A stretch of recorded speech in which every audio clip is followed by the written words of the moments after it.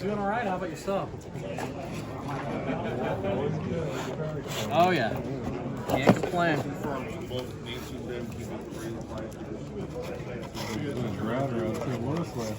Oh my gosh. Actually, yesterday was freaking bananas. Yeah. It's a tight venue to begin with. How many people were at that one? They were spinning the streets of Greensburg. They were just 3 deep at the table. This tough.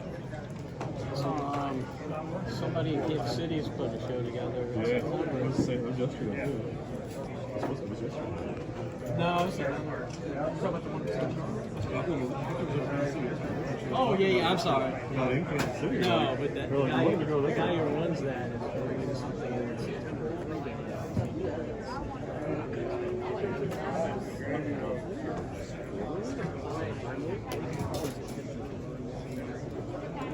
Many big.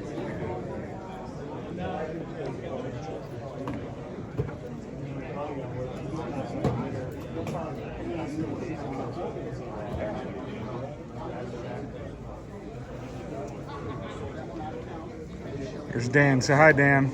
Hi, Dan. I knew I could count on you for that one. I knew it.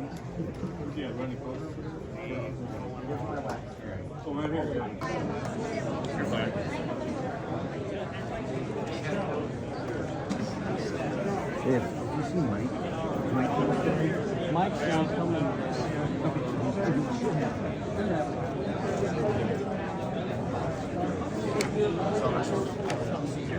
My name's Brad. Bradley. good. Good, next year. Glenn, the guy. So, another guy from our group. Oh. All right. Not bought a whole lot at the show, but I did pick up this Frankie Fresh Type 1 photo. Sorry, it's at a tilt. We'll move the picture. Very cool. Dated from 1930. Getting some video now because my buddy John is going to take that off, get it authenticated. And also picked up the Marty Marion autograph picture with his 1944 NL MVP inscription. Hey everybody, it's Joe, Redneck Collector, coming at you with another video. So as you saw there at the beginning, some of my amateur video from the card show I was at today. Apologize, it's not my forte, but I thought I'd kind of shoot a little bit of the setup of the what we had set up with my buddies John and Dan at the Orlando Garden Show in South St. Louis. It was a great time. It was a good foot traffic show. It did not feel like it was going to be a good sales show. It started out super slow. But lucky it picked up and turned into a really good show, to the fact that like I need to buy stuff to keep setting up. I sold through a ton of Pokemon. I sold almost every Mickey Mantle slab I had. I sold, just tons of stuff. And I have to replenish the stocks if I'm going to continue to set up at shows, because I have moved a ton. I also showed in the video there my purchases for the day, one of which you already saw it there in the video, but really cool. Thought this was awesome for $15. It was Marty Marion inscribed with his MVP from 1944. I know he catches a lot of flack whether or not he deserved it. I get it. The stat line was not the greatest offensive stat line, but you got to remember he was a great defensive shortstop. So really cool. Also somebody that my grandpa talked about a lot. So to have that Marty Marion auto for $15, it would just seem like a no-brainer. And then the Type 1 Frankie Fresh was very cool. I gave like $35 for that, from 1930 of the Fordham Flash. So John took that with him.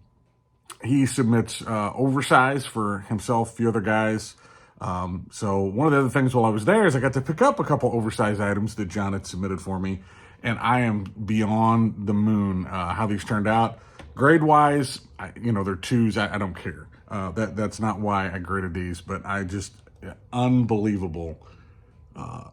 Sorry for the glare, but there is a 1949 picture pack, Larry Doby. The glare is terrible. I don't know how to counter that. You can see the reflection of everything in this thing. I could I could kill some ants with this slab if I directed the sunlight. So, but it got a 2. Who cares? This awesome image. It's used on his 1950 and 51 Bowman cards. There's a reason why this is one of Mike Payne's 300 great baseball card images, because it is just fantastic. And I'm so excited to get that back. I paid very little for that picture, and so excited to have it. The next one, keeping with the theme, I also didn't give a ton for this either. I got a really good deal, is the 1948 picture pack Larry Doby. So this is a rookie. This is call it a rookie card, whatever you want to call it, a rookie item.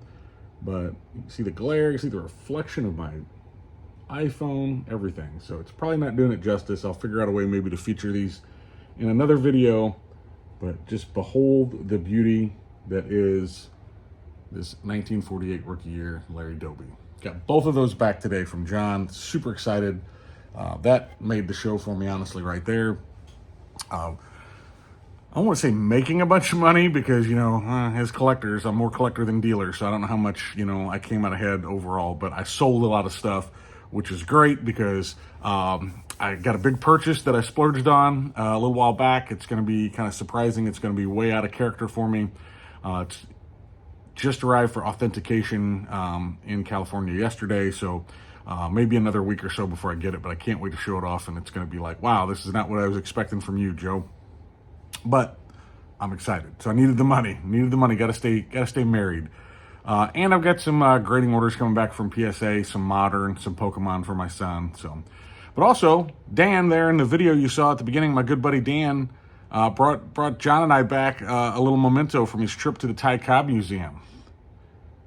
Very thoughtful of you, Dan. Very, very cool. Such a neat image. Very happy to have this in my PC collection forever. Just a really neat image. And then John wouldn't let me pay him for this. He's got some other ones that I'm hoping to get off of him if we can strike a deal, but a Tip Top bred Vern Stevens. I just thought that was very, very cool. St. Louis Browns. You can see it's creased, it's well worn, it's well loved. But this is my first Tip Top bred card. I've never had a Tip Top, so very excited to have that in the PC.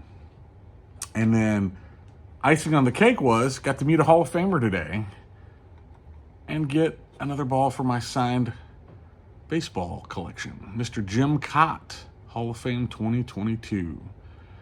Cannot overstate at all just how gracious and nice. Firm handshake, you know. I like to walk up to the players, be respectful. He was very respectful back, shook my hand, very polite, and signs a really, you know, I'm going to show it again. That's a nice autograph, right? Even as Mr. Kaat gets up there in age, he took his time and signed the ball the right way. And I really, really appreciate that. So very happy to put that back here with my other autographed baseballs. A couple other pickups I'm excited to show just because they're St. Louis related, and it'll go into my next point of the video here. But I got a COMC order recently, and I'll probably show some of the other stuff in it. It is, you know, nothing huge there. But I got a couple awesome St. Louis Cardinal items in my COMC order. I've been waiting to kind of stack up enough to take advantage or make it worthwhile to do the rush shipping. And the first one, at first glance, even to me, who owns a few of these now, I might think, okay, that's great, Joe. It's a 64 Ken Boyer. But if you see that back, the black and the fact that it was obviously pasted in, this is a Venezuelan, a 64 Venezuelan Ken Boyer. Just beautiful. I gave like $19 for this card. Can't recommend COMC enough. Send the stuff in there that you don't want to mess with selling. Send it there. If it's worth, you know, a few bucks, up to 20 bucks, send it on there. Let the money pile up into a little something and then go shopping. Because I got that. I got another stack of cards. But check out this beautiful 49 leaf Marty Marion to go along with my signed photo. This is a very, very sharp example. And they had this listed as VG. I don't see it unless this up here is a little something on the surface, but I don't care. I mean, it could come back a 3 and or a 4. I don't care. Look at the back. It's really, really clean for a leaf. Not a ton. There's a little bit of like staining on there, but the color just pops. I love it. It's beautiful. Very, very happy. It'll go next to my Musial Leaf that hopefully is coming back soon.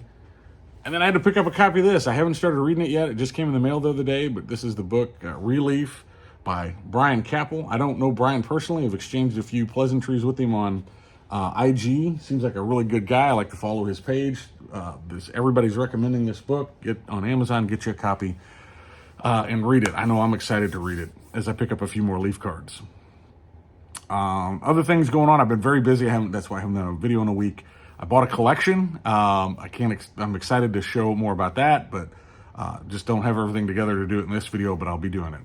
But the other St. Louis thing I want to talk about is I'm so excited because another St. Louis guy has joined the card community, and I'm going to ask you guys to go out, check out his channel if you haven't already.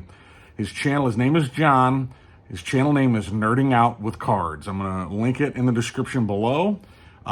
John we've exchanged some emails. He's a great commenter, watches the videos, great supporter of my channel and many, many others. And we've corresponded back and forth about when he moves back to the St. Louis area permanently. He is active military. Thank you for your service, John.